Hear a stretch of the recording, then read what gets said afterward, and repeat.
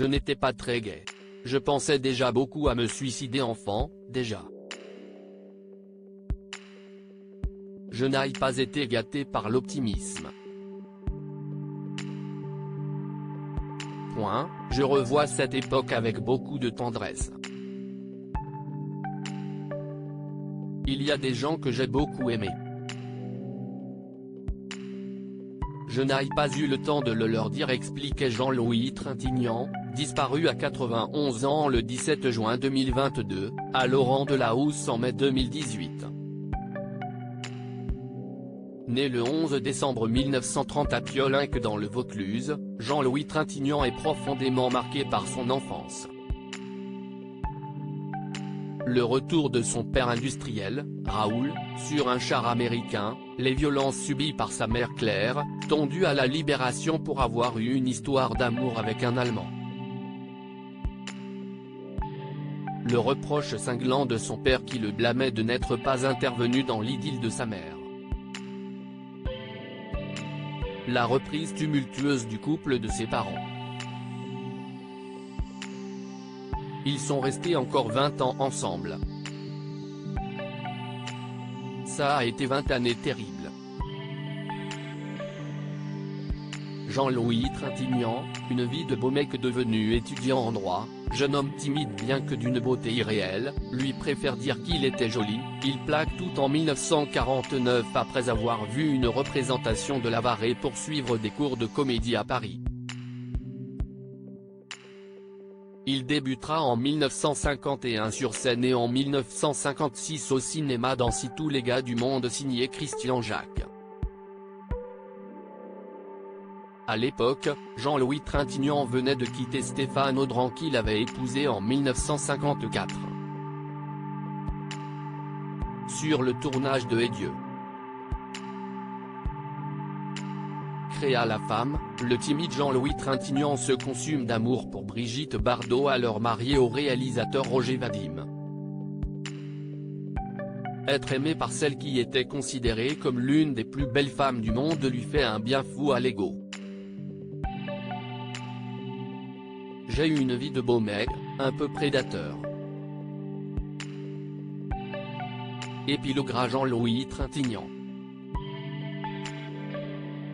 Mais, à peine sous les feux des projecteurs, Jean-Louis Trintignant en sort.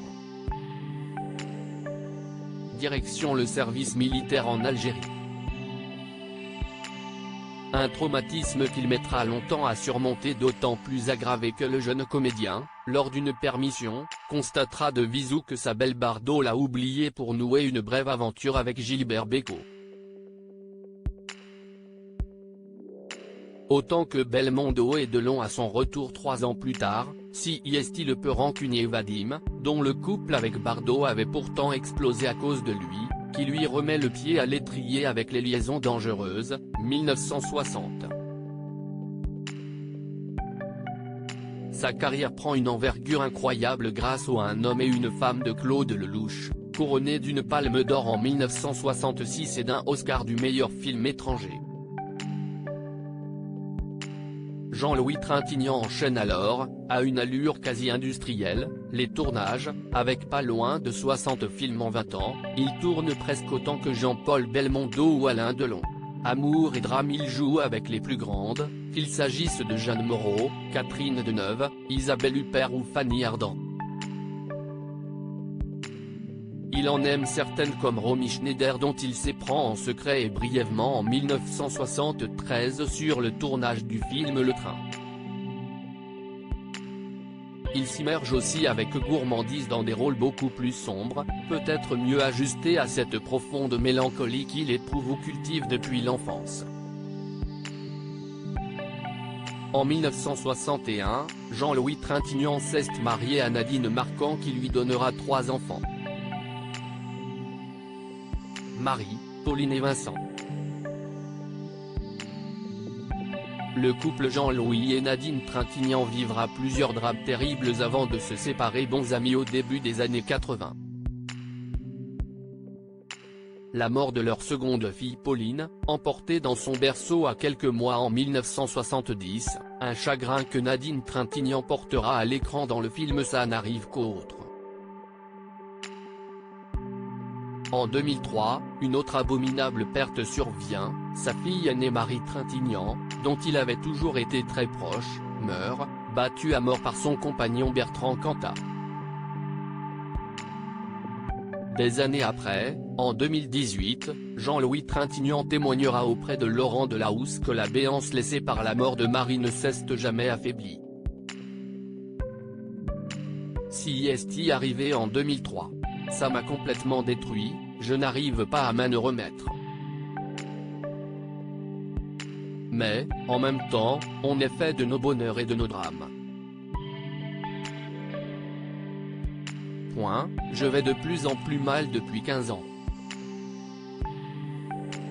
Pour l'amour de la vitesse dans les années 80, Jean-Louis Trintignant se lasse des tournages qui deviennent beaucoup plus parcimonieux, 3 couleurs rouges, ceux qui même en prendront le train, et leur préfèrent sa maison d'Uzès dans le Garou, plus tard, sa propriété viticole de Vergès, achetée en 1996. Le comédien reste prolixe en théâtre et rencontre sa future nouvelle compagne, Marianne Oetfné, ex-pilote professionnel de rallye. Trintignant, lui aussi grand amateur de course automobile depuis des lustres, participera aux 24 heures du Mans en 1980 et en 1984 au rallye de Monte-Carlo avec Marianne Oetfné. Sa passion pour la grande vitesse lui coûtera cher. Un crash à 325 km/h manque de le tuer dans ses jeunes années. Un autre accident, cette fois de moto et à 60 ans, lui laisse un genou fragilisé et lui impose l'utilisation d'une canne. Long silence et retour en prince, les films et les collaborations passent mais, au final, Jean-Louis Trintignant n'en chérira que très peu. En 2016, le comédien expliquait à Libération que sur 130 films, il y en a 10 que je préfère.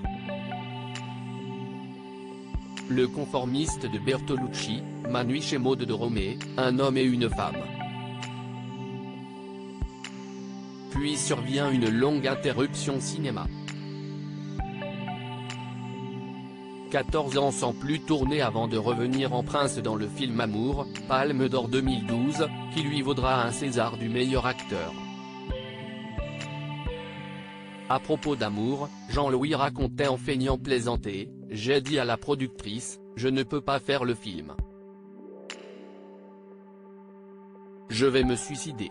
La productrice m'a répondu, faites le film d'abord, vous vous suiciderez après.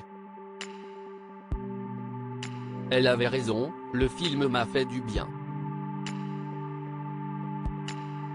En 2018, le visage parcheminé et tiré face aux caméras de France 2, frappé par un cancer qu'il avait révélé en 2017, l'éternel pessimiste que t'es Jean-Louis Trintignant, profitait d'un spectacle musical de lecture à Lyon, pour livrer sans tristesse un froid constat, « Quand je suis sur scène, ce sont les plus heureux moments de ma vie. Ça et quand je dors, quand je ne pense à rien. J'oublie que je suis vieux. »